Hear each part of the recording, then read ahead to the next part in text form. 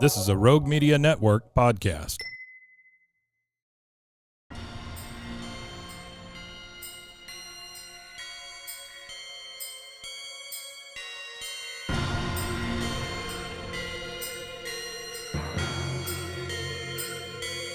BooBaes.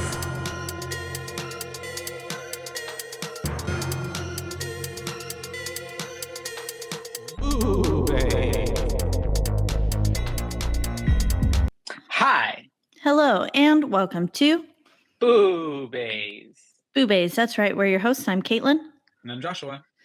And today we are here to talk to you about a horror film that Stephen King himself commented on, said it was worth the watch. The way I wish this was like, Jenny Pin. yeah, literally. But it's Hold a on. shot. I could get a little head that looks just like her. Yeah, no, you probably have one. I'll get it. So we're going to be talking about the role of Jenny Pin, you guys. Stephen King, like Caitlin mentioned himself, dropped a little. Oh, there she is. That literally looks like her. What's on the back of her? She's a light bulb. Oh, yeah. So it's a light that's like shoved in her head, but I never plug her in. That's cool. But that's Jenny Pin. For those Yeah. of you who have not seen the movie. She just needs a little cloth body. Mm-hmm. And it's from Germany.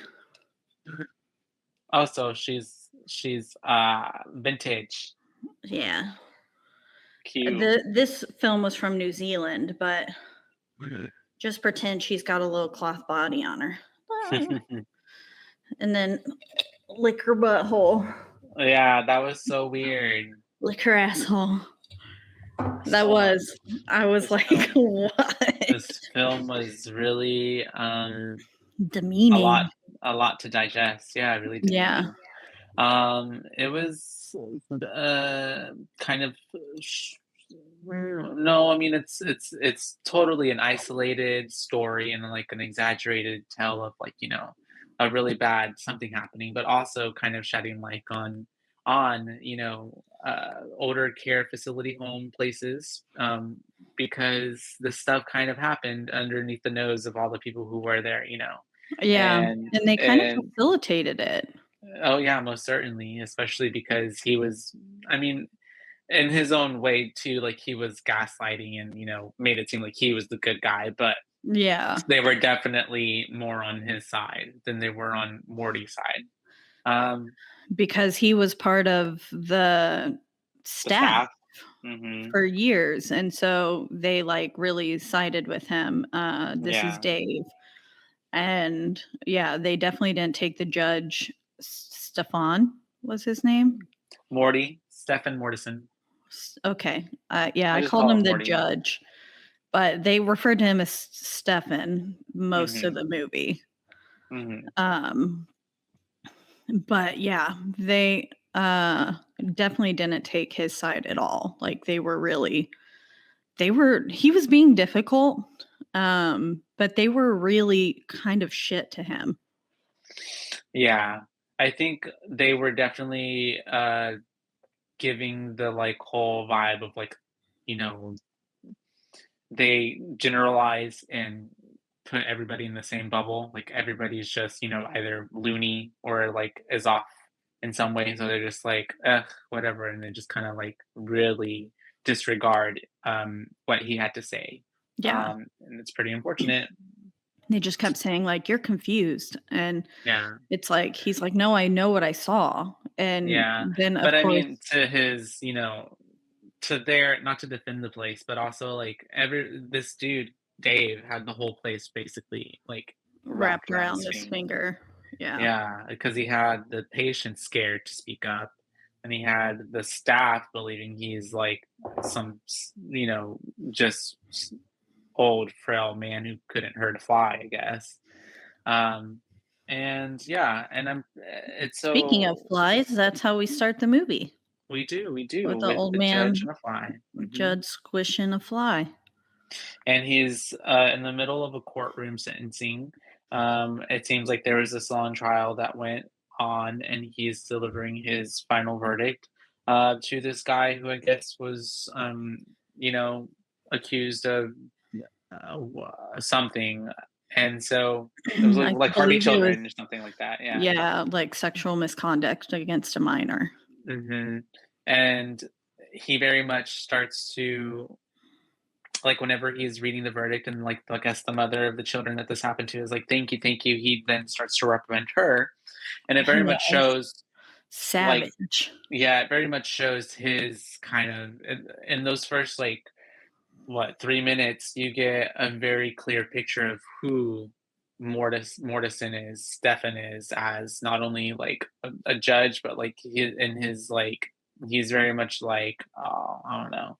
You can tell he plays by the book, and he's probably like really strict, and he's very like also probably super like pious. I don't want to say pious, but like judgmental. Like, I mean, he's a judge, but like um he's very like black and white, almost seems like that, cut and dry, like you did right or wrong, almost, you know what I mean, type of person. Yeah.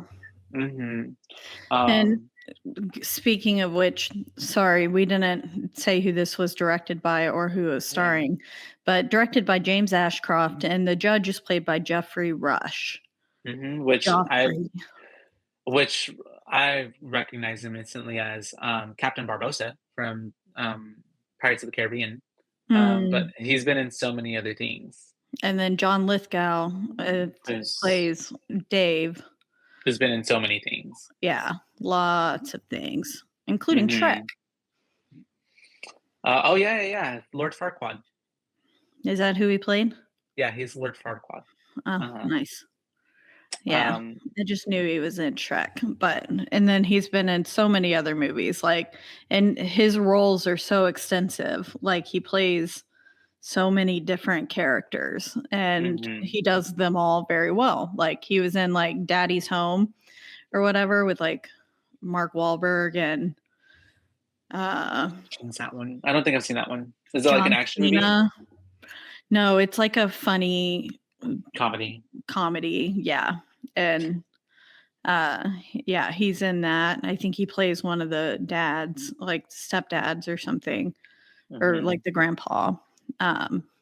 But yeah, I was looking through his like filmography, and I was just like, holy shit, he's done so much. Yeah, he's been acting for a really long time. Like, I remember seeing him since forever. I mean, the first thing I probably ever saw him in was Third Rock from the Sun. Yeah. But then, like, I've seen him in so many things since then. Yeah. But we have all of those amazing and great people. And also George Henare, who is a New Zealand actor with also a career spanning over 50 years. I think he played the rugby guy. Rugby guy. I called him Gunner because of his shirt. It said Gunner on it. So his name was Frank, I believe, to be super specific. Or no, Tony. His name was Tony. That's right. Tony. But I just called him Rugby Man for most of it, or Morty's roommate, to be honest. Yeah, because they were roommates. You didn't get like specific names really in this film. They only said it a few times, not a lot, and more or less we just got him. Sorry, like we got more mention of him as like his like legacy instead of his name. We just kept hearing about like how he was just this great rugby player. That's all. Yeah. Yeah. And he was wearing like a rugby jersey that said Gunner on it. So I was like, maybe that's his last name. And oh yeah. Could be. No, his last name is Tony Garfield. Garfield. Well, maybe Gunner's a nickname. Yeah, could be. But Garfield. They end up oh yeah. We're at the sentencing and all that stuff. We're finding out who the judge is and stuff, kind of with this one pass of a scene, and then but at the same time, as he's delivering the sentence, he starts to have a stroke, unfortunately, and it comes like in slow stages. So he's still basically speaking, giving it, but by the end of it, he's like on the floor because he's having a stroke. And he starts to not make at the end as well. I thought he was not making sense of because of his stroke, but he was just, this whole movie he likes to quote like random. Literature, scripts, Yeah. things that people said, and he basically starts saying, what did he say? Like a lion. I don't even The know. like I wrote it down later because he quotes it again at the end, but Hmm. like a land without lions is ruled by hyenas, Hmm. or something. And so it comes back again too. But yeah, basically saying like, the mom was not, he blames the mom for like allowing this to happen to her kids. And Hmm. he says like, you're not the victim, and because you weren't there, like you, the lion, weren't there, this hyena was able to sneak in and rule your children's lives. Hmm. Pretty Which savage. was savage. I was like, oh damn. But like, you're not wrong. But Yeah, no. um And it so, was pretty wild. But yeah, and he does, I really liked how they depicted the stroke too. hmm Like going in from and having little like blips and the light flashes and stuff that they were doing with the camera work, I thought was all really cool.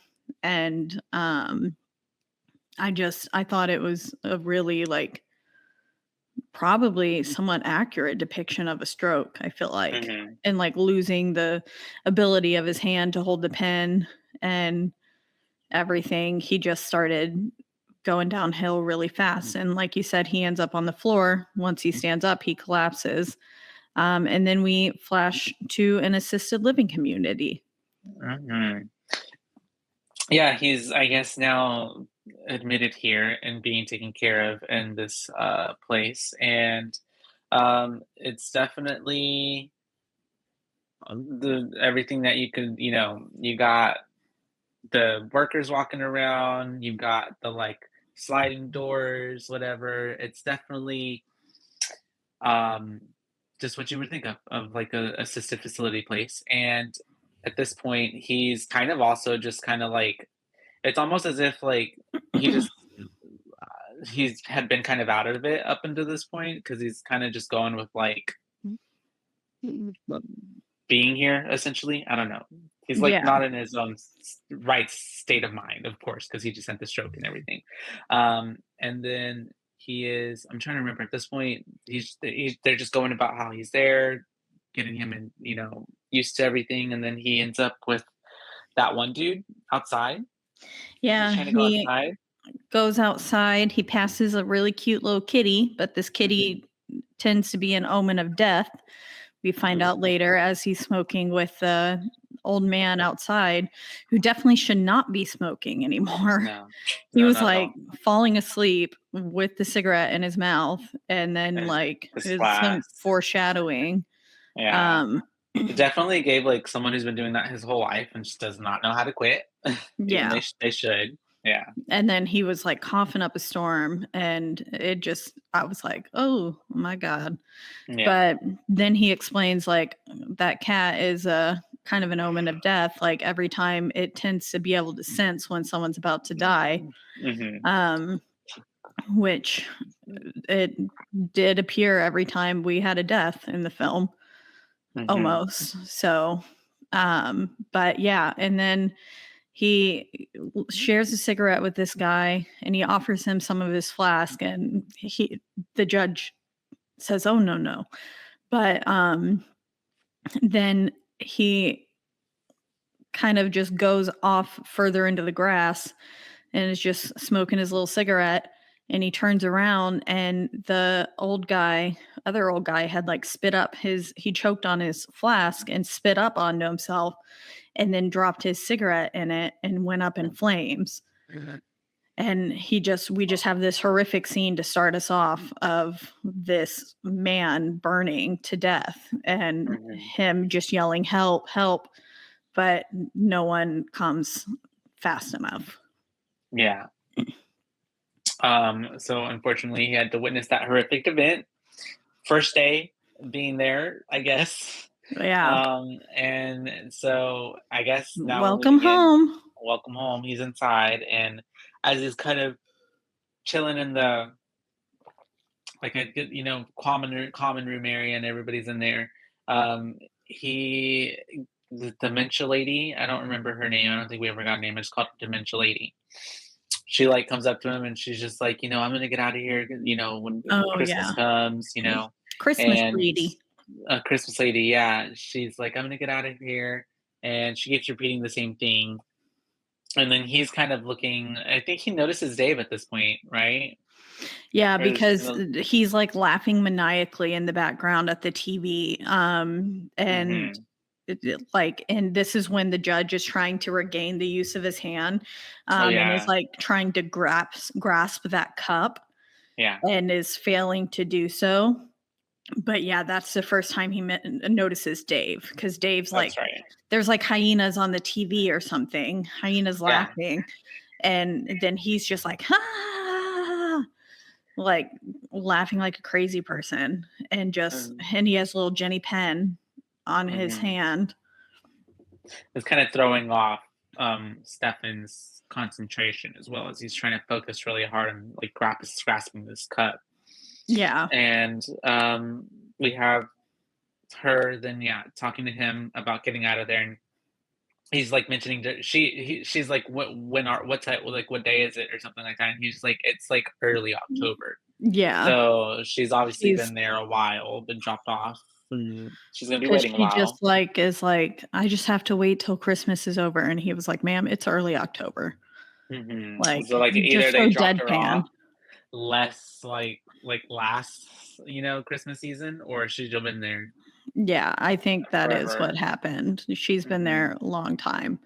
Yeah. And it's so sad when like people, like if you're gonna put your family in a nursing home, like at least have the decency to visit them Hmm. often. Yeah. And because it broke my heart for her every time she was just like, my family. And then like the way he prays upon it later, Dave, Hmm. Yeah.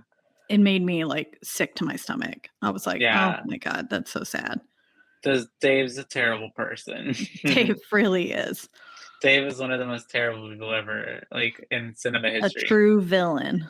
literally, to the end. And so we have him then meeting with um, the lady, the in charge, I guess, about his room situation because he really wants like a room by himself because at this point he has a roommate, which happens to be Tony Garfield, the rugby player, Yeah. and so they're talking about this, and she's basically like, I'm sorry you were misinformed, but like, there's right now you can't get a room by yourself. You have to be with him, and it's basically just trying to tell him like make friends, like there shouldn't be really an issue, it's fine. Sorry, we can visit this later.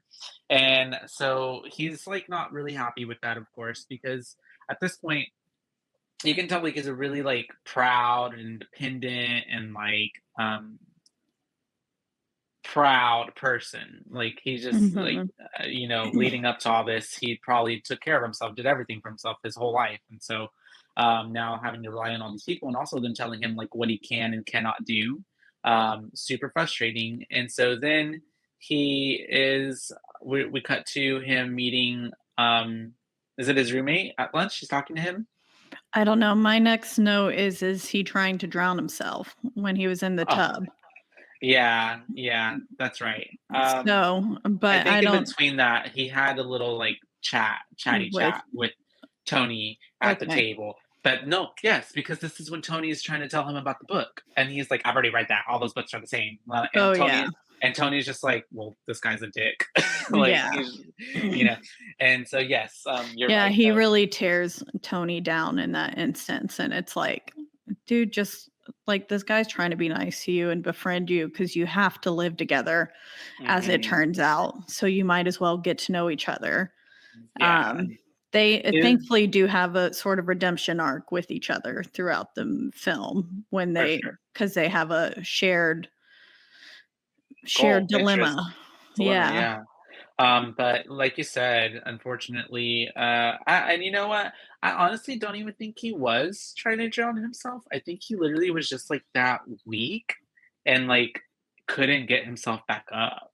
Yeah, but like why if he knew that he wasn't, and then he Because the thing is, went down anyways. I think he thought he could get himself back up. Yeah. Like, I think he still literally thought, like, "No, I'm tough, I can do this on my" like, just stubborn old man. I don't think he wanted to kill himself because I don't see at that point him, like, because even later, he had never lost the will to, like, essentially live, Yeah. even when he got broken. But I don't know, maybe he did. I think it was more just him, like, not understanding that how uncapable he is now, if that makes sense. But, he gets pulled up by the nurse, and she's just like, "Oh my god," and, helps him out because he literally just almost drowned, and they're like, "Okay, no more baths for you, you only take showers." Yeah. And at the same time, I guess, or right after this has happened, um, we get to meet, Miss Jenny Penn. Yep, we're with Dave now, and Mhm, this is where we get Dave's name.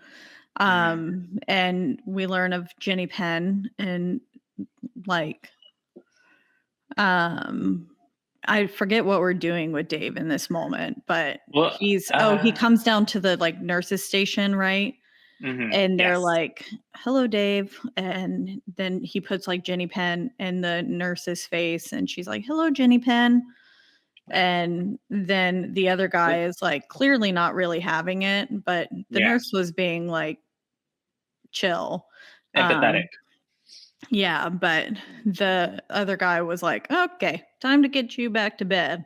Mhm. And Does they not succeed.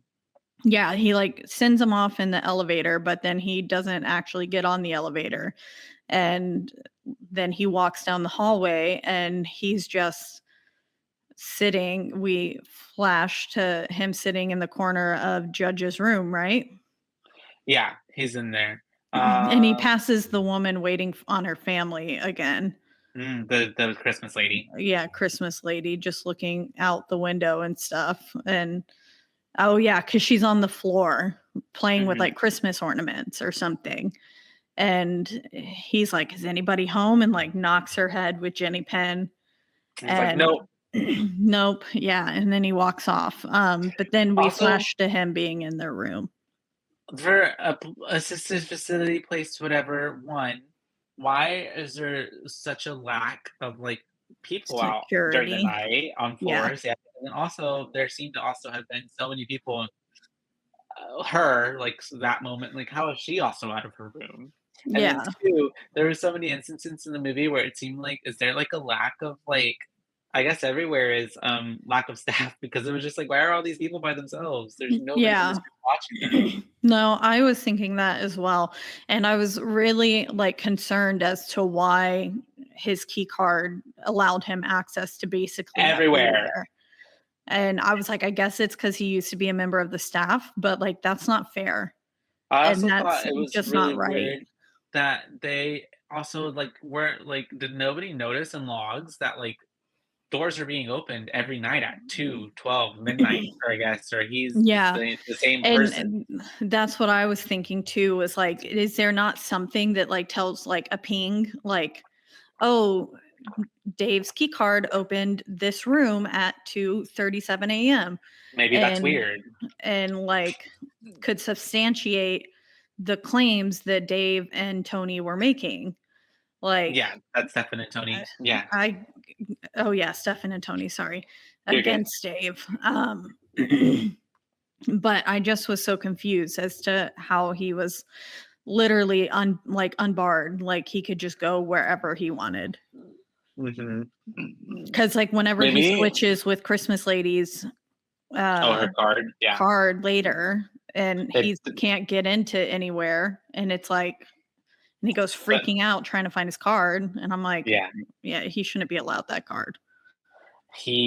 Maybe there's something even deeper than, like, him just working there for forever because that, like, I don't know, maybe he was, like, family with, like, the people who first opened it up or something, you know what I Yeah. mean? Or I don't know, because like, even those pictures, they go so far. But, Yeah, yeah. because he was so young Mhm. in some of them. Yeah, we have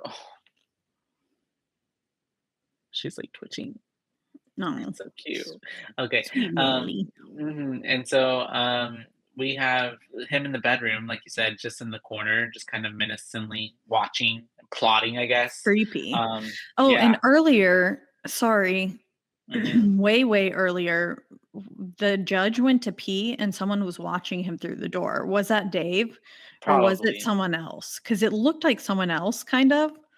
I But honestly thought I couldn't make out who it was, but I would assume that it's probably Dave. I couldn't see it being yeah, anyone else.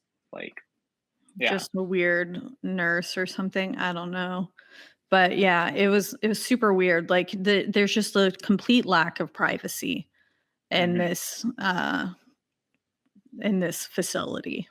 And he's in the room, and then at this point, he's just kind of like, does he do anything to Tony? Not yet, No, right? No, I no, he's think he just just pours his grab pee on the on bedpan. the judge, yeah, and then walks out because he very quickly makes a scene, so he knew he kind of had to flee quickly. Yeah. Which is unfortunate. And so, yeah, he literally took Stefan's own bedpan and excrements and poured it on him. Which also, how did he do? Like, yeah, I guess. Hmm. Anyways, unfortunately for Stefan, um, he is covered in this, is making a scene, and then that's whenever the nurse's staff is then put them in the middle of the hallway, and then the head lady comes out and she's like, "What's the problem?" And they don't believe him. They think that Yeah, he has made up all of this and like it's a night terror, and that he is placing blame on Dave. And just because so, they think he like peed on himself, mhm, but like also that was so much pee yeah, because it was a like a lot of people. full jug of pee, Mhm. and so it's But like that's multiple peas. it was his own though, right? Because they literally Yeah, I mentioned think it being so. his own. How did Dave get that? Well, it Because they must have been right by his bed, and then Dave just got it while he was asleep. But was Stefan peeing in a bedpan? I don't remember that. Yeah, Like yeah. he He oh, peed off the side of the bed. That's when someone was watching him oh, okay. earlier. Is he I must peed not have off missed the that. side of the bed Okay, okay. into a jug and Ah, into the like bedpan jug, and I must that's what Dave later grabs is gotcha, all of yeah. that pee. Ew, disgusting. And so, yeah, At now it's the least next it was day. his though. Like Yeah, I would have been more furious if it wasn't mine. it's just so I mean, I gross. I still mean, would not be technically happy by any technically, means. pee in itself is just water that smells bad Yeah. because it's sterile, because it's basically just the junk. I don't even know how that works, but that's weird. Anyways, nobody wants that, and so now it's the next day. Morty is basically like keeping an eye on Dave because he knows that Dave did this. He saw him with his own fucking eyes, like he didn't make it up. And Dave is just like going about his own like normal ass day, and then they have this on interaction and altercation where um, Mhm. Dave, like, does Dave get up in front of him, or is it him that gets in front of Dave? I don't remember. Yeah, Dave gets up in front of him because he Stefan keeps going on. He's like Oh quoting yeah, some books again, and then he was like, "Or have you always been a stupid cunt?" And I that's was like, right. "Oh, Because damn!" And because that's when Dave's Dave being an gets in his asshole. face. Dave is Yeah, kind of being a douche to Tony, and then that's yeah, when he is like, "Oh, you could do worse than that." And then by proxy, Tony catches a stray from uh Stefan because he's like, "Oh yeah, he was the worst player of his whole entire like team or whatever." yeah. Um, Like we couldn't have done it with you. yeah. Like, Uh, whenever he says that the team won and stuff, but yeah, and then he finishes, like, with that, "Have you always been a stupid cunt?" line, and Dave gets all in his face, and he's like, "I'll see you tonight," and then he throws pudding in Dave's face, mhm. and, after he says, "I'll see you tonight," and, then Yeah, they and then Stefan step gets in in. trouble for it, Yeah, essentially, because it makes because him look bad. of course, they walk in right when he throws the pudding in the face, he didn't hear any of the previous altercations or the threat that Dave made, Yeah, saying literally that I'll every see you time. tonight. And so it's just all really unfortunate timing that makes it look like Stefan is the bad guy. The instigator. Um, Every single time. yeah, and it's clear that everyone is afraid of Dave and standing up to him and that he's using Jenny Penn to scare them. And it's so obvious that everyone is terrified of him. One of my fun facts is that director John Ashcroft said the film is ultimately about tyranny and described the story as the rise of a dictator in the least of likely places. Yeah. And that's why that line about communism later on, I think, Comes was out. put in because, yeah, basically he is a dictator and he's ruling all these people with fear. Yeah. He is manipulating them, gaslighting them, controlling them, and he gets off on it. And he also, you can tell, feels like he is the ruler. And even later, when he's in his own little, also, how does he have his own little shed, like sanctuary? But anyways, Yeah, I think. when he's in there, he's like, no bastard knows where I am, or something like Yeah, that. no bastard knows we're here. Yeah. And I think people don't know that he has that shed. Right, no, for sure. He definitely, and so all of this is helping and building and adding to his almost godlike complex in his mind that he has, because he thinks that he is like is better and deserves all this and has the right to fuck with people in the way that he does, and he just thinks it's fun, Yeah. like sadistic, and especially Because because even before the pudding incident, we get an image of Dave, a shot of Dave Stilling pour Olive soup. Like, yeah, he just is like, and she doesn't say anything. I don't know if it's because she couldn't or if she was afraid to, but like he just like, and then later on you see him with like 3 bowls of soup stacked up and he's stealing yet again from someone else. And yeah. it's like, and it's just like he does whatever he wants. He does what he wants, and he doesn't want other people to. He just wants to hurt other people. Essentially, Yeah. like he's a sociopath, and he is because he visits, makes do on his promise, and visits Morty, and Tony in the night, and poor Tony, um, and Stefan just has to watch him basically get sexually assaulted and violated by Mhm. Jenny Penn because Dave is, over him and is taunting him, um, basically making him feel. He's what'd you say? Dehumanizing, Yeah, demeaning him, demeaning, but yeah, demeaning him. Yeah, dehumanizing and stuff too. Because he says, "Who rules?" And then eh, Tony has to answer Jenny Penn, and he asks him, I think, a few times, and then he makes him lick his hand, which we later find out is him making him lick Jenny Penn's asshole, as he hmm will later say, "Lick her asshole." yeah, Um, but and then yeah, just like takes his hand to his groin area and assaults him. And it's just like, what the fuck is happening? yeah. And the whole time, poor Stefan's trying to use his little pager thing to like beep beep beep beep, someone But please come nobody's in here. coming. But yeah, no one's coming because we find out later that he unplugged it hmm specifically so he couldn't call for help.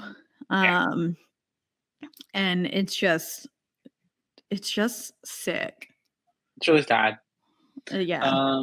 And then he then also, after leaving him, goes to Christmas lady and like steals her like panties and takes a cookie from her cookie jar and then takes candy and then I guess starts taking things from other different patients' rooms, and it's the next. Oh, and then also he saw this like old man who like needed help, Who like who was was on like the fallen resident and he closes yeah, the door on him. and does not help him at all. He's like And a fucking then the next asshole. morning he gets rolled out on a gurney. He's dead. Yeah. So he like essentially caused yet another death. Hmm. And I think And the cat came running before then too, or maybe that was yeah, later. But I the don't cat shows up a lot of the times around the deaths. when people die. And then at this point too, he has Jenny Pin, and he's just like dancing and like hitting people and pushing people and like Yeah. being the ugliest person. Um, He's just yeah, smacking people around. And also he's literally. so fucking tall. The way Yeah, he towered over all of them, and like whenever he walked through the door or his head almost hits like the door frame. And I was just like, holy shit, he's so tall. Like it's so easy for him to overpower all these individuals. yeah. Makes me scared as a short person what tall I people hate can do. I hate being short, but Yeah, also, the other day I was walking to work and this unhoused man like lunged at me mm, and screamed in my face, hmm, and I froze. I didn't know what to do, but and then he did it to another girl behind me, but he didn't do it to any of the men on the street. yeah. But he like tormented us girls on the street, and then I was like, curse me being like fucking 5'4". Like had he like actually tried to do anything, like I would have been screwed. We need to get you some mace. I have mace, but it was in my bag and I had 2 cups of coffee in my hand. Was it hot? No, they were cold coffee. You could still to throw it on him next time. Yeah. I just jumped really Yeah, bad yeah. and like Well, I that's don't know. unfortunate.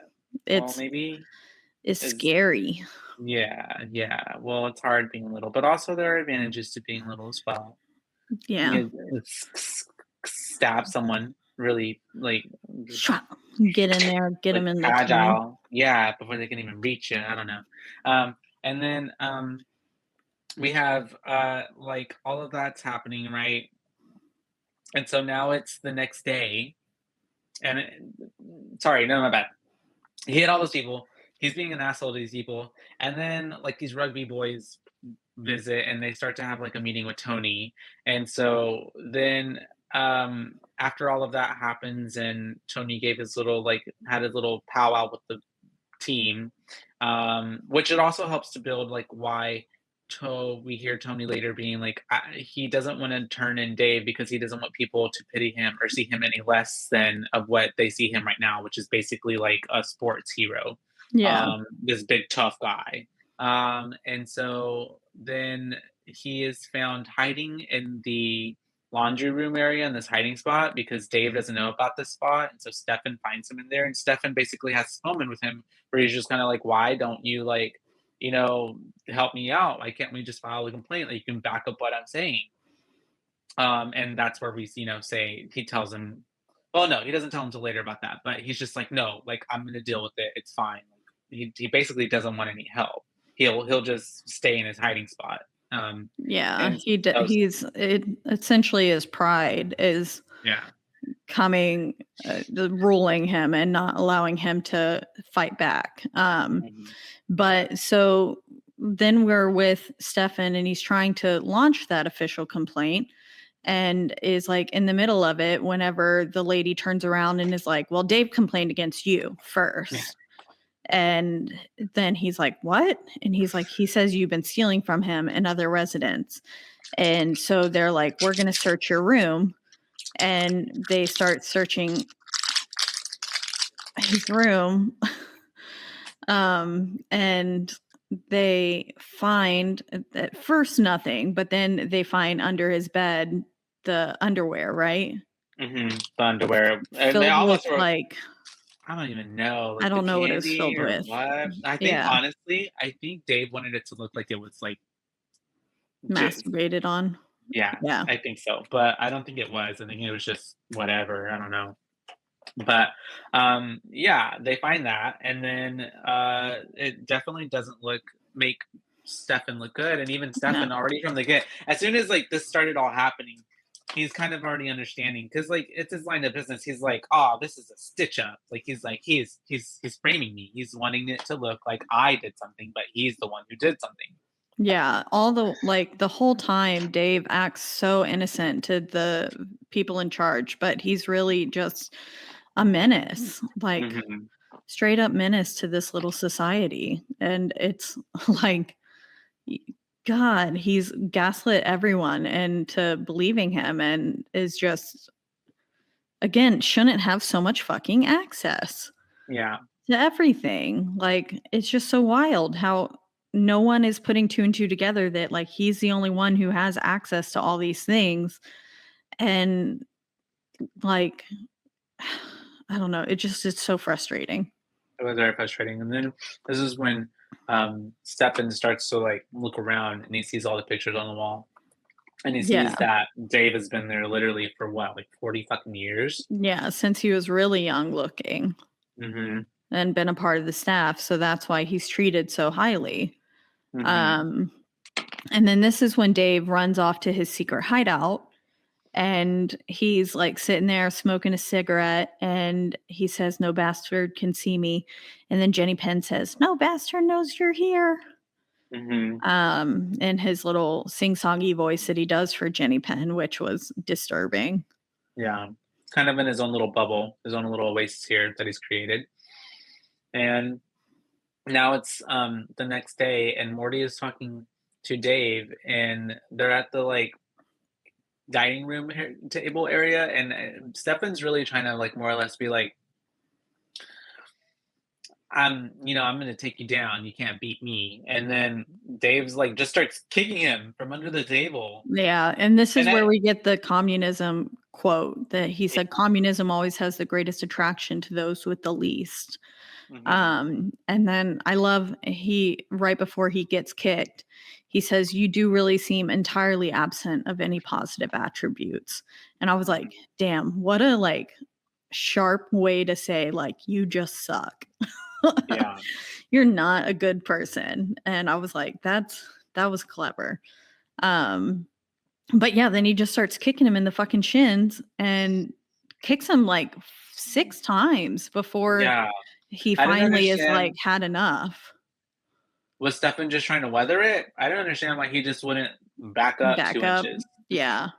and could still have the same conversation. You know what I mean? Yeah. I think he was trying to prove something like, "You can't bully me into submission," Like I won't kind back of down. thing. Yeah. Yeah. And then Mhm. eventually, though, it does make him crack because, Mhm. yeah, he's been kicked in the shin really hard, like several times. And then he just keeps saying, like, "Well, those coffee tables in the dining room or whatever are a bitch," like blaming it already, like coming up with ideas for how he got these bruises and stuff. And it's sick. Yeah. But and he's also, while he's like kicking him in the shins, he's telling him he's going to get worse and worse mentally and like start deteriorating soon. Like he um gestures to another patient and he's like, "You're going to be no better than him," basically. And he And looks very not good. yeah, and he that kind of sets him off basically to where he, finally breaks and makes a scene. And he then goes on to say, like, "Dave shall murder me in my sleep. Like, if we're not Mhm. careful, Yeah. this will happen." And it nearly does. Yeah. Because he has this whole scene and they like rush him off. And at this point, Morty is just like not okay because they are doing like his rehabilitation things and they're what is like Chevrolet, Zebra, Honesty. Yeah. I keep Zebra. repeating these things for him to be able to, you know, be able to regain skill like motor function over his skills or skills over his motor functions. Anyways, function over his motor skills. I couldn't say that.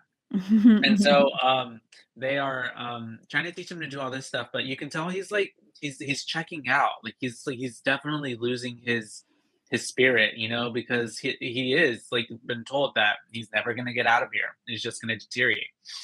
And at this point, we cut to Dave, who is what with them in the bedroom with at nighttime, and he's with Tony and Stefan. He's trying to tell them like horrible jokes, like something about like the people are a problem, and then the people on the moon not a problem anymore.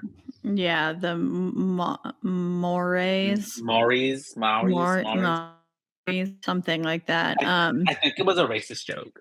Oh, yeah. Yeah. I wasn't sure what it was, but that wouldn't surprise me. Mhm. It also, to add insult to injury, the like doctor, before we flash here, gives him a pamphlet on the benefits of puppets. Mhm. And it's like, no. We can't do So that. So the But Maori people are the indigenous Polynesian people of New Zealand. So he's oh, okay. basically saying like the indigenous people are a problem and they should go away. I see. Yeah. Yeah. So he's making awful jokes, and he is then asking again who rules, Jenny Penn. And then he says, lick her asshole. And he's like, offering his hand or her asshole Mhm. to Tony. Like this And part. yeah, tormenting him. And then he starts fucking pulling on his catheter, which I was like, oh my God, that has to hurt so bad. After fucking with his bad hip leg Yeah, area. and like Mhm. knee and stuff, and just like is like, which one's the bad one? And then he like squeezes it Mhm. and stuff, and then starts pulling on his catheter, and thankfully I don't think rips it out. Mhm. He eventually No. drops the bag, and then he walks over to the judge and he's like, I'm gonna break you one of these days, judge. Yeah, because he's almost doing these things and then asking more Stefan to be like, who rules? Is it Jenny Pin? But like, if he were to say that, like, as if he would stop, but Stefan is just like, I'm not gonna fucking talk to it all. Yeah. And Mhm. and he's so like adamant about it. So when later he does answer Jen Mhm. Penn, it's really heartbreaking. Like, that he's at his wit's end. But and then he quotes A Farewell to Arms by Hemingway. And this is where he says, like, do you fancy yourself like Hemingway? And he's like, Hemingway blew his brains out. And he's like, do you have such thoughts? And he was Mhm. like, no, I don't.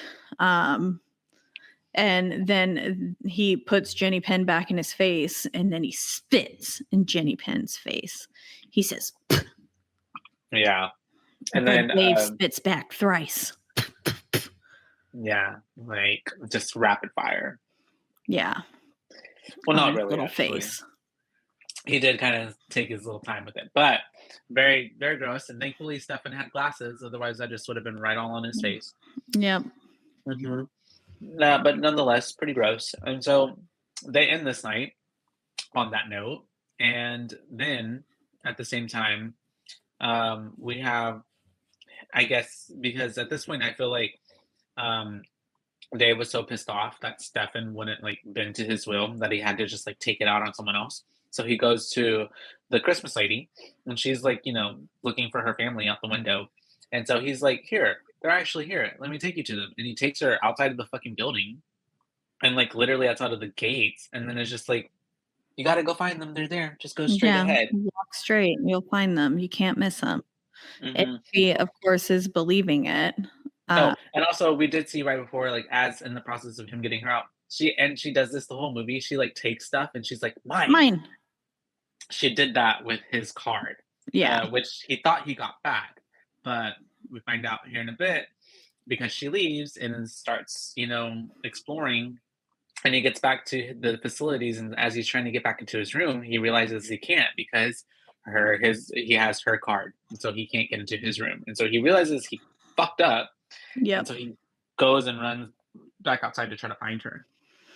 Yeah. And then before, we mentioned it earlier, but before he sends her out, we get the conversation between Tony and Judge about like he doesn't want to be seen as something to pity because of like the weatherman who died with a giant pink dildo up his That's right. ass.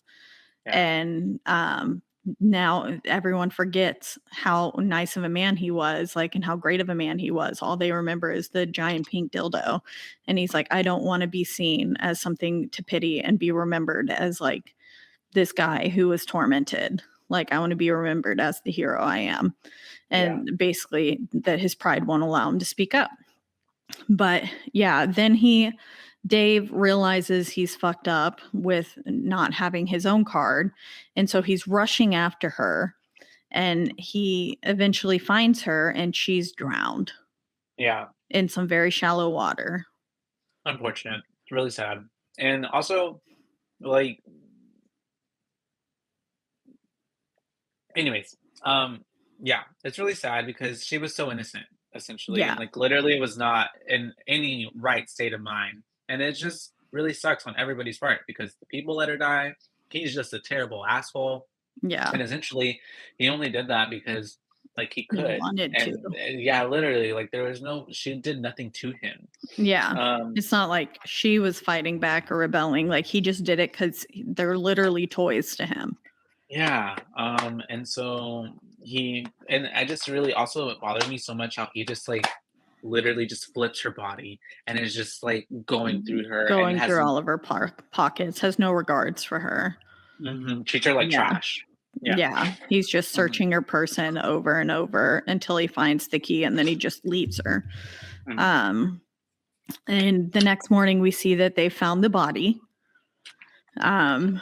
And they've since locked the gate now, so no other wandering residents can get out. And that's the other thing, is like, she was too short. She couldn't reach that gate lock. Like, they must have known that she had help.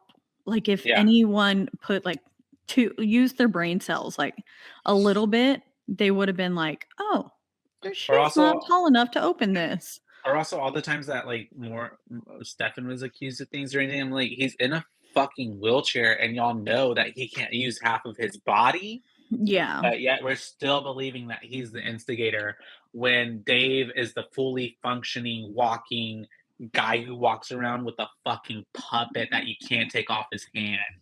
Exactly. Make it make sense to me. Yeah. This recording brought to you by Jenny Penn. Literally, like, someone walking around with that, but yeah, we're gonna believe you over the judge of, like, 50 years who has had, like, the promising career and, like, whatever. Yeah. I'm getting triggered. Jenny Penn. I will not kiss her asshole. She looks so silly with that little bulb coming out of the side of her head. Deep. She looks like a baby that, like, shot its head out. She did. Yeah. Oops. But yeah, it's really unfortunate. They find the body. They've locked the gate now. And Dave is just watching from the window. Or he's watching Judge from the window. Yeah. Because the judge is just sitting there. And then we get a bunch of... Then Stefan's back in his, like, doctor's visit, right? And they're basically going over his mental state, and they keep asking Stefan, are you with us? Stefan, are you with us? And he's not like, he's having blips and memory lapses, and he's not responding. And then he eventually, when he's alone, he says, yes, I'm here. Yeah, because it's basically like a fugue state, almost like a dreamlike state that he's kind of slipping in and out of. And then, yeah, at this point in my notes, I'm like, oh man, he seems like he's been beat, like he's lost it a bit. But he starts to talk to Frank again, the rugby player. And I think they're essentially, like, he's once again trying to be like, we need to do something. Like, we need to stand up to him. Right?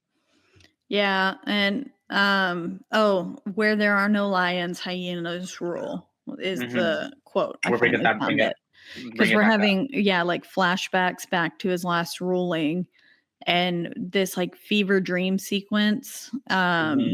And blood is, like, everywhere from the tissue from the fly that he smushes. And then he eventually, there's this giant Jenny Penn that rises in the courtroom. Yeah, and he stands up to it. He like literally stands up out of the seat chair. or wheelchair and is like stands up to her. But then then he's talking with Tony and quoting dead old wankers words in Tony's words. He's like, you just quote a bunch of dead old wankers. Yeah. And at this point too, Dave, we're getting like little glimpses of I think he like tortures it's just him torturing other people. Right? Yeah. And Yeah. this is what I was like, why does he have access everywhere? Yeah. And he takes Jenny Pinn's hands and he's like opening someone's mouth, and then the cat comes in. And of course, then he's dead. Yeah, that person dies because they're getting rolled out the next day, and Stefan is just watching. And at first, I thought this was like the rugby guy, and I was like, "Wait, what?" But it wasn't. Yeah, like he's just watching him get rolled out. And so I think at this point, for even Morty, he's like this is enough. Like this is going on too much. Like, and so he goes as Dave is getting like a bath from one of the nurses. He goes, slips into I guess the main ladies' room, one of the main ladies' room, and gets like an access card so he can get into this blue thing. I don't even know what it was, but it was a staff badge. A staff badge? Oh, okay. Yeah, it said staff on it. Oh, okay. So he grabs that, goes into the room, and he starts to kind of snoop around to see if he can kind of get anything on what's his face? Dave. And so he does. He finds this picture in there.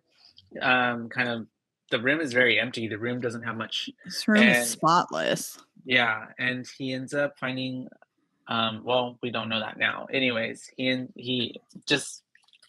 I thought he ends up finding Jenny Pin, and I thought, like, wouldn't the smartest thing to Jenny Pin to like fuck with him is to have taken Jenny Pin, right? Yeah. But he ends up not taking Jenny Pin, but because that would be too obvious, I think.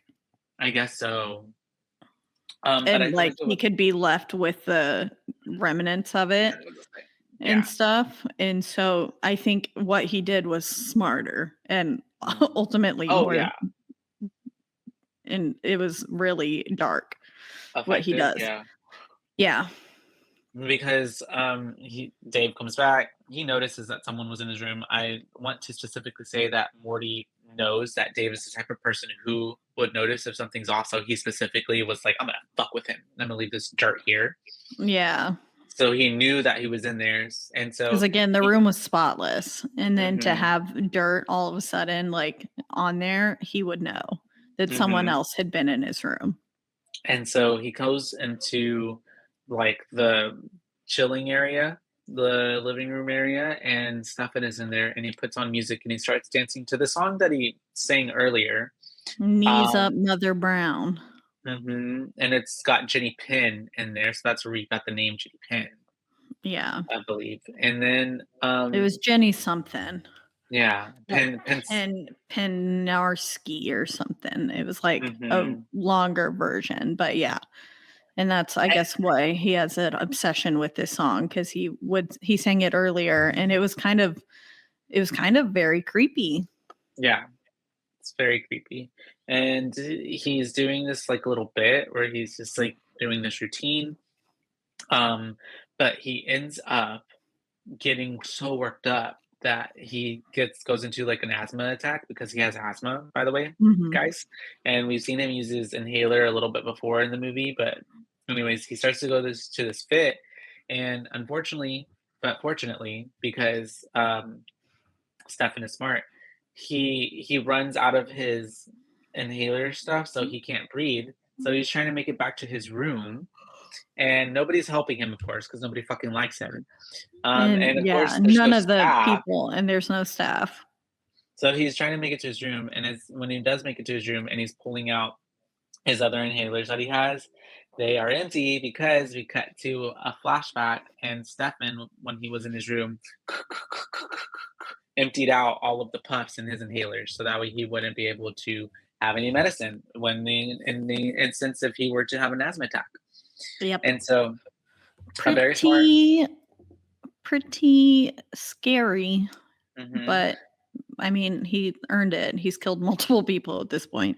Yeah, and so he's having an asthma attack, and he can't get his air, and so he ends up passing out.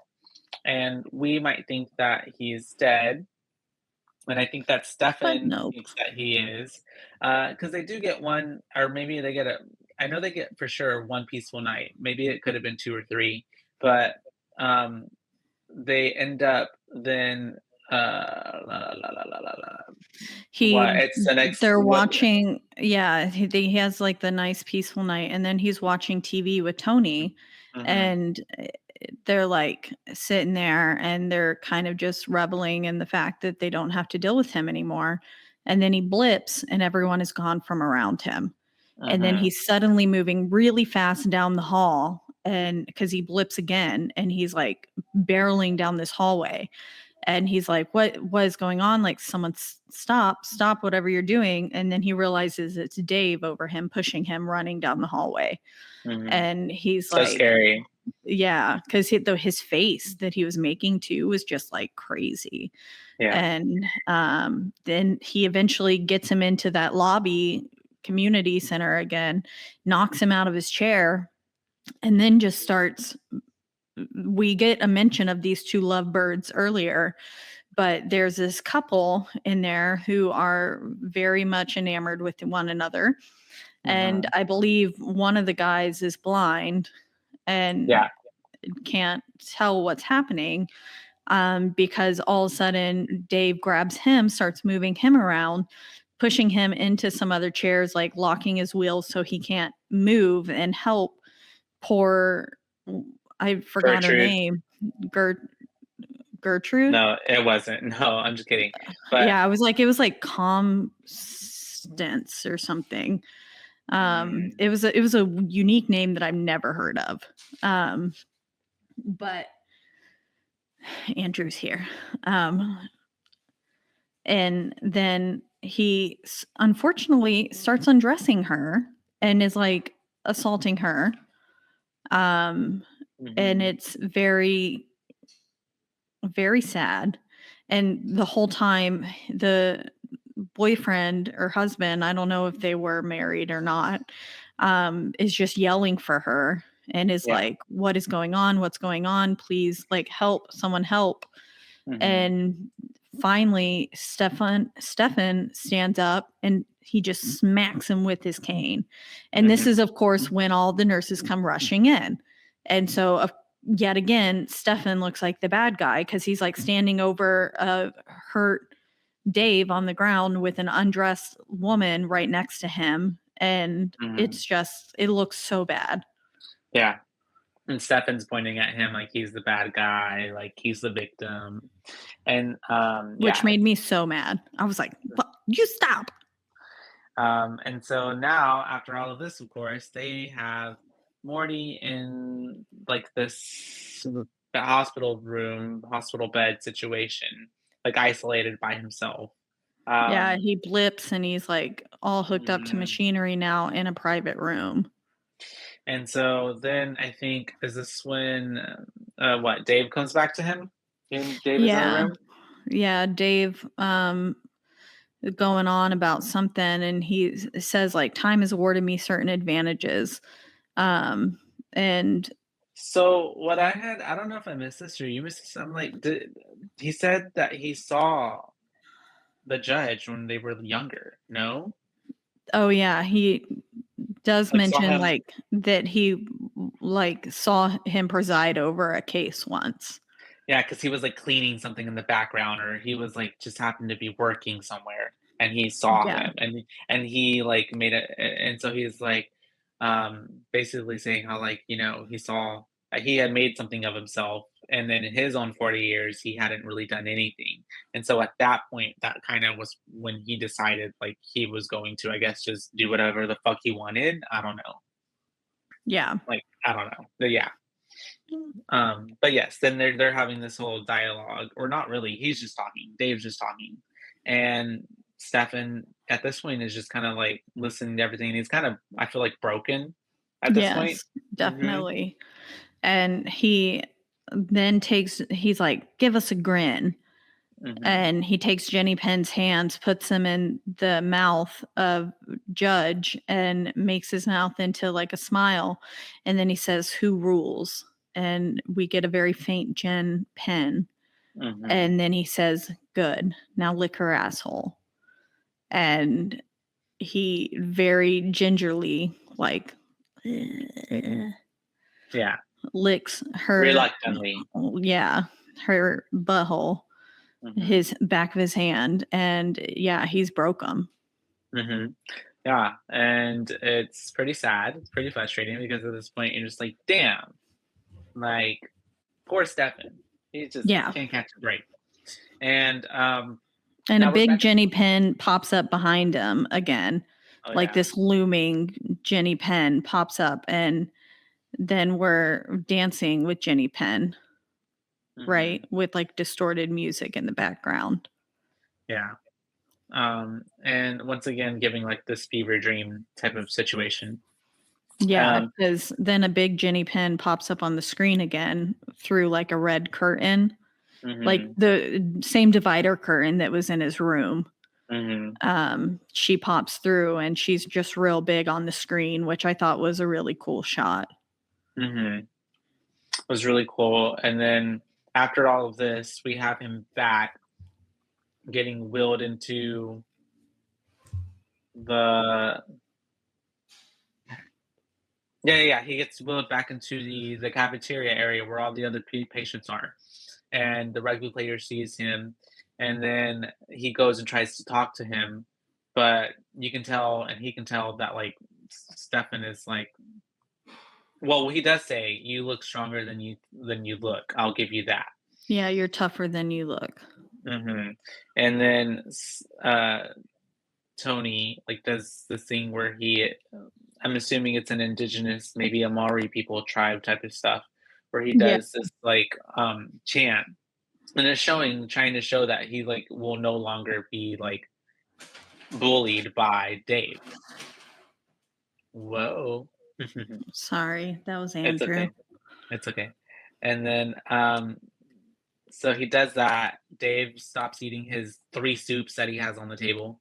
Yeah, because yet again, he's stolen so much food from people. And you can tell that it kind of struck a nerve with him. But then we cut to like this violin group being there, and they're all watching them. And as Dave and Tony are there trying to watch, they're like watching each other. And you can tell there's something that has shifted in the rugby player and Tony, because he no longer has like the look of scared on his face. It kind of more transitions to that look of like, I'm gonna get you, or like you know, I'm gonna get you one way. And Dave's face turns from like menacing to more kind of concerned, like like I don't feel as I have as much power over you as I once did, I guess. And this pisses Dave off, because then he's like marching in the room searching for Tony, and I was like, oh no, he's gonna find him, because he walks into the laundry room and the kitty again was nearby, and so I was like, oh shit, one of them's about to die.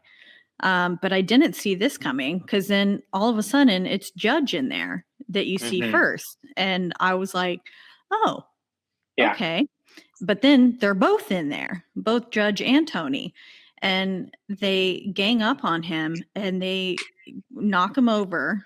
They start suffocating him, and Tony grabs his legs while Stefan is actually doing the suffocation, smothering him, and they kill him for real. Yeah.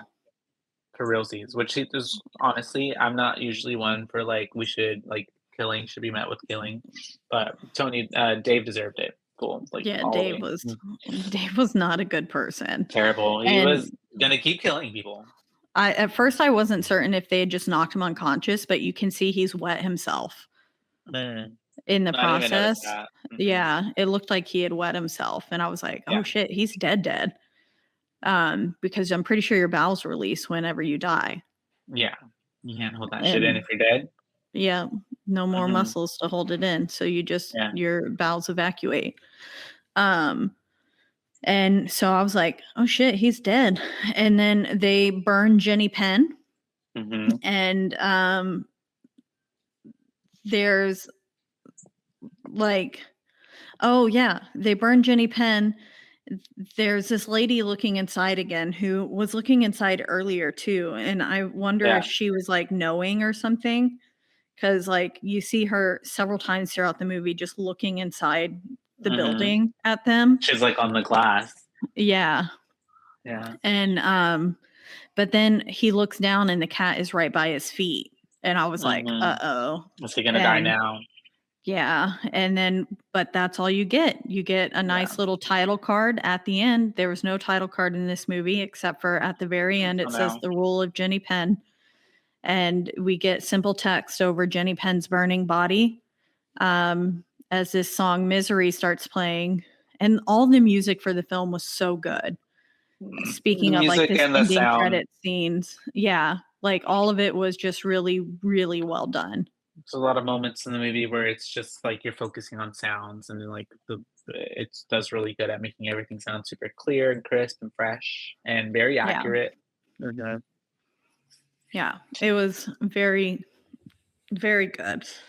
I liked it. And like all fitting, it felt like fitting music for like a retirement facility. Yeah. I liked it. And then yes, that is the end of The Rule of Jenny Penn. The Rule of Jenny Penn, 2024. Um, Directed by James Ashcroft. movie was honestly kind of tough to watch, just more for me in terms of like it was just like really frustrating.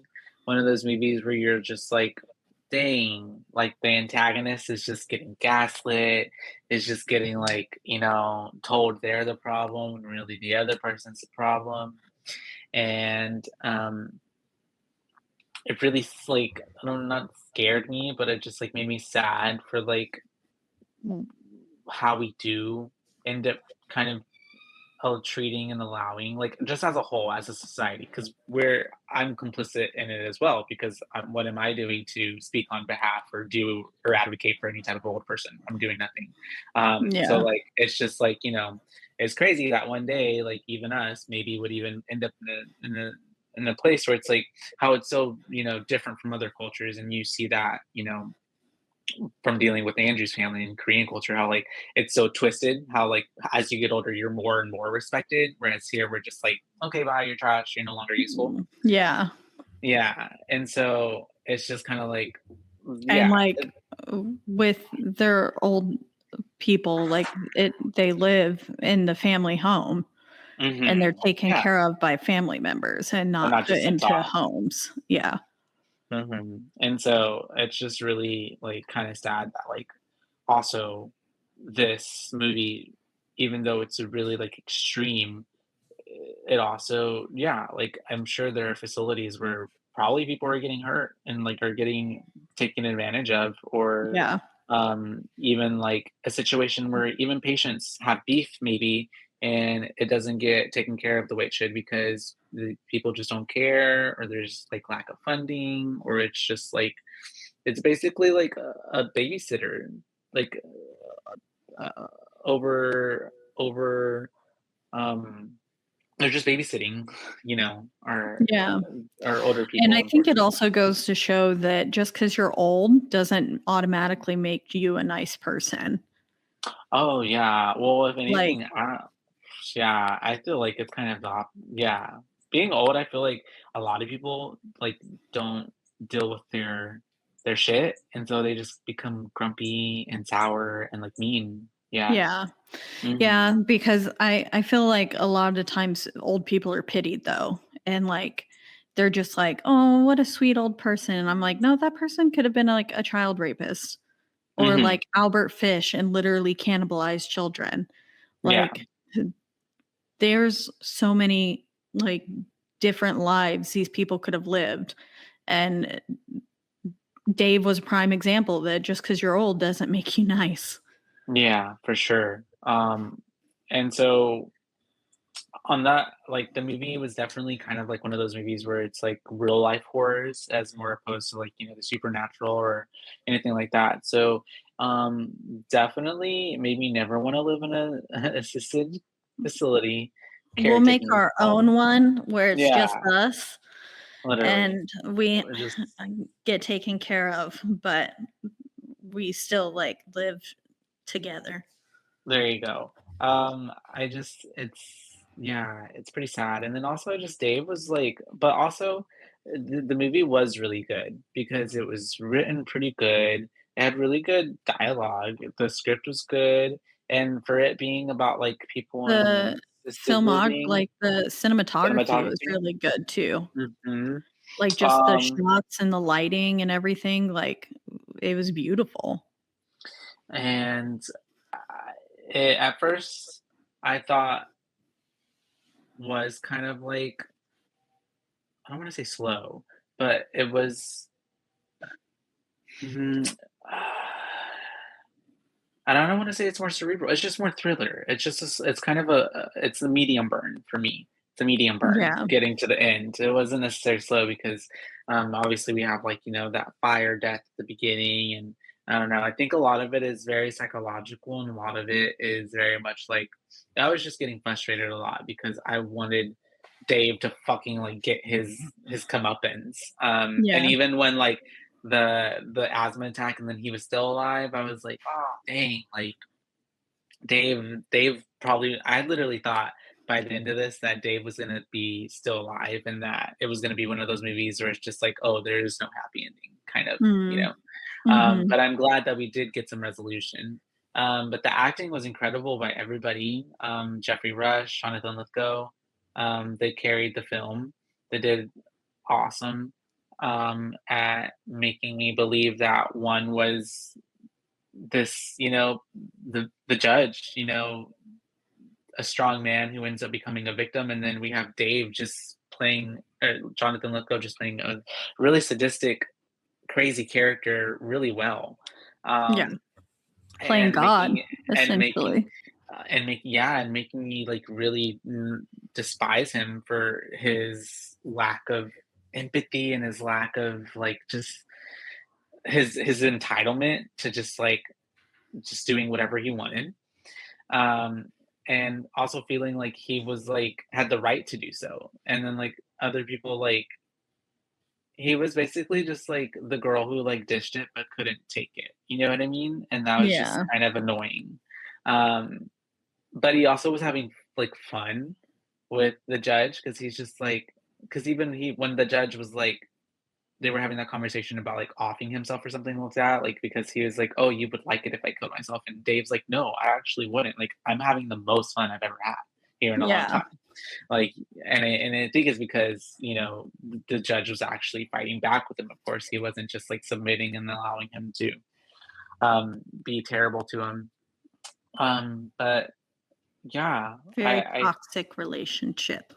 very much so, and I think that, um if anything, it just kind of also is an allegory for other, like, situations in life, or maybe you're just not even, like, advocating for yourself or not even, like, speaking up on something that bothers you.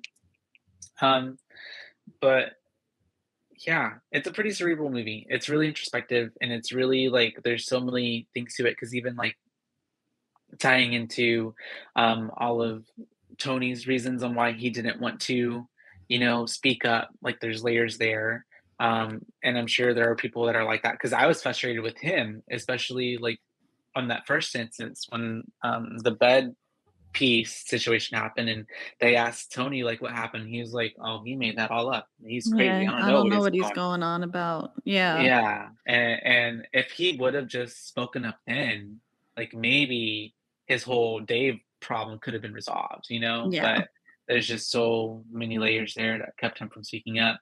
Um, Overall, I think, honestly, it's probably like a 4 for me Mhm. because it was just pretty good. It was pretty good.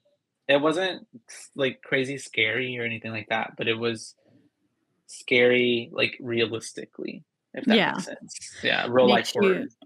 Like Jenny Penn was unsettling, but like it's more the fact that this man just simply ruled over, or this man and this puppet ruled over the whole nursing home and just demolished them.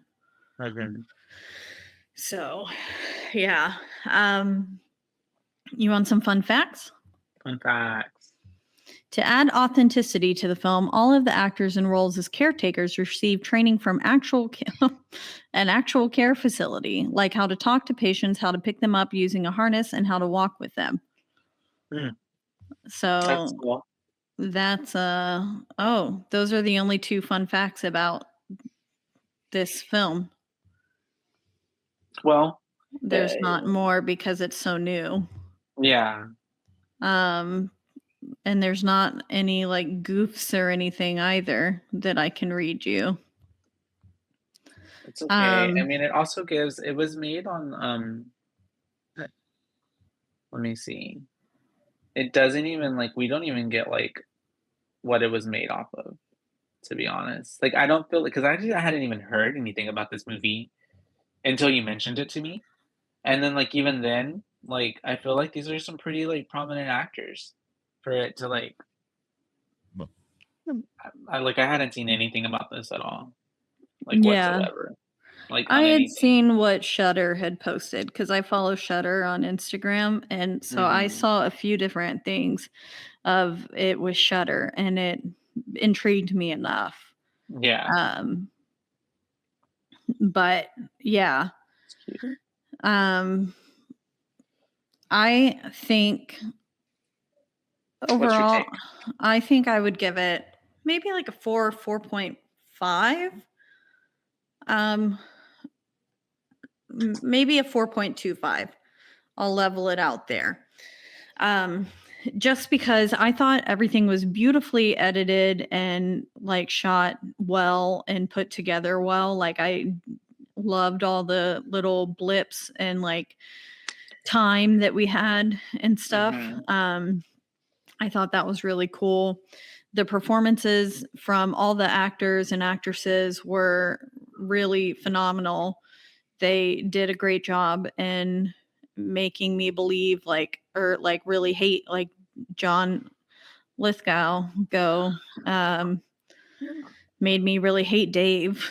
And then Jeffrey Rush did a good job of making me like feel empathy towards him and really like root for his character in the end.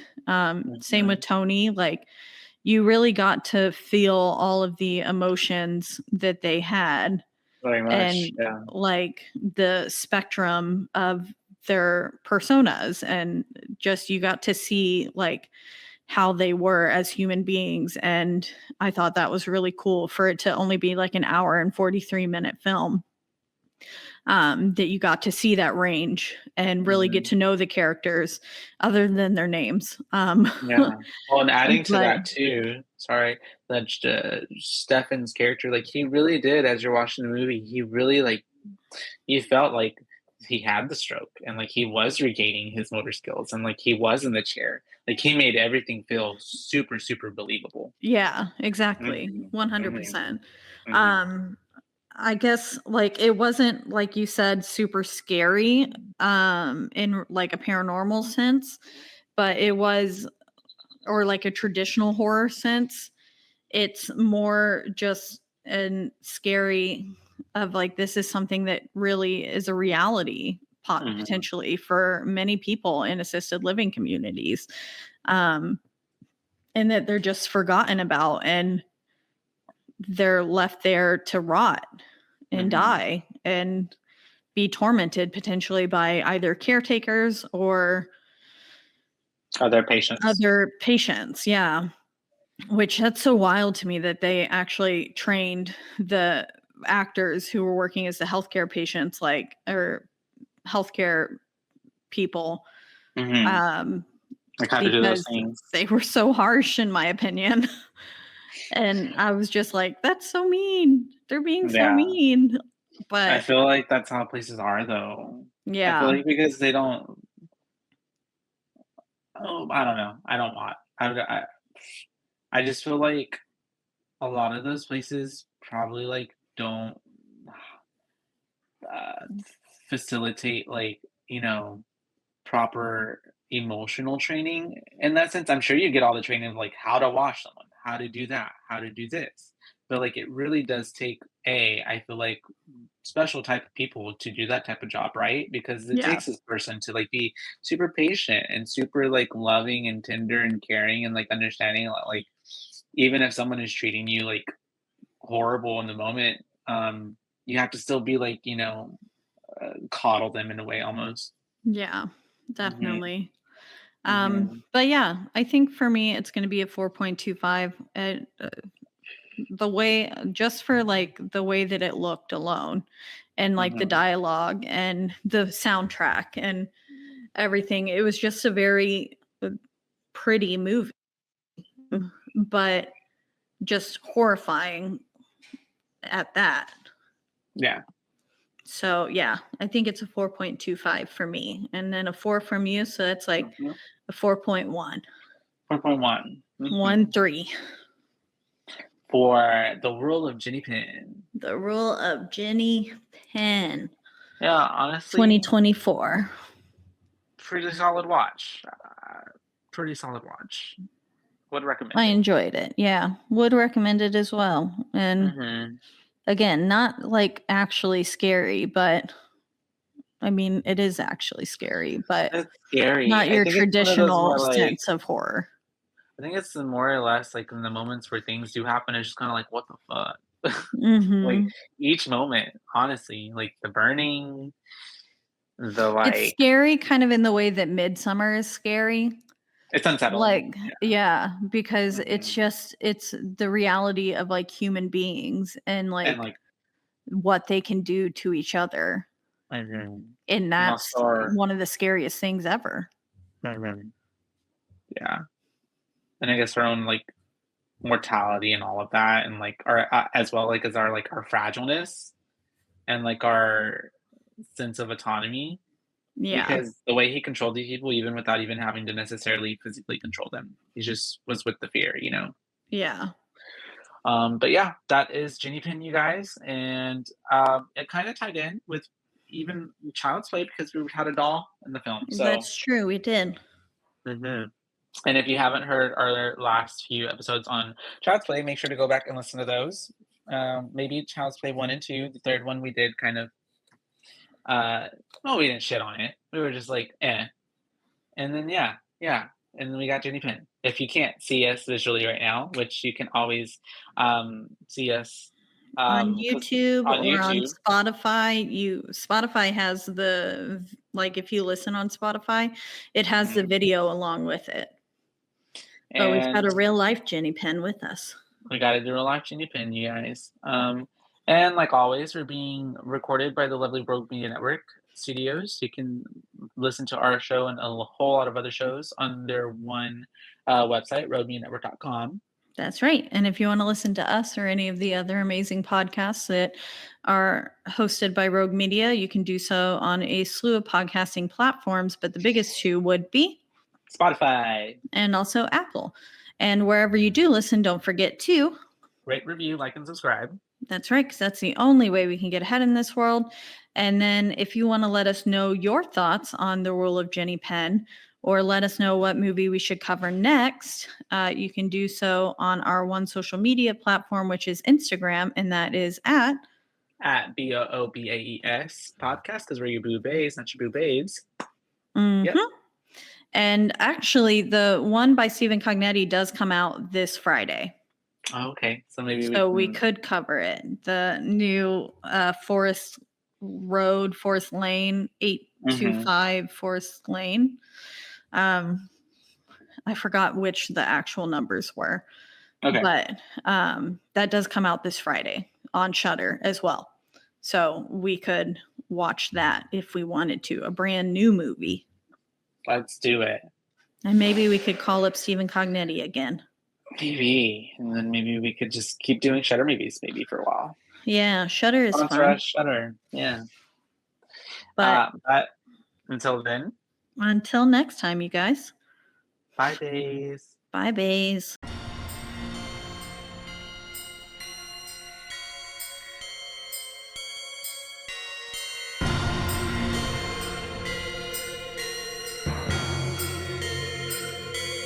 BooBaes.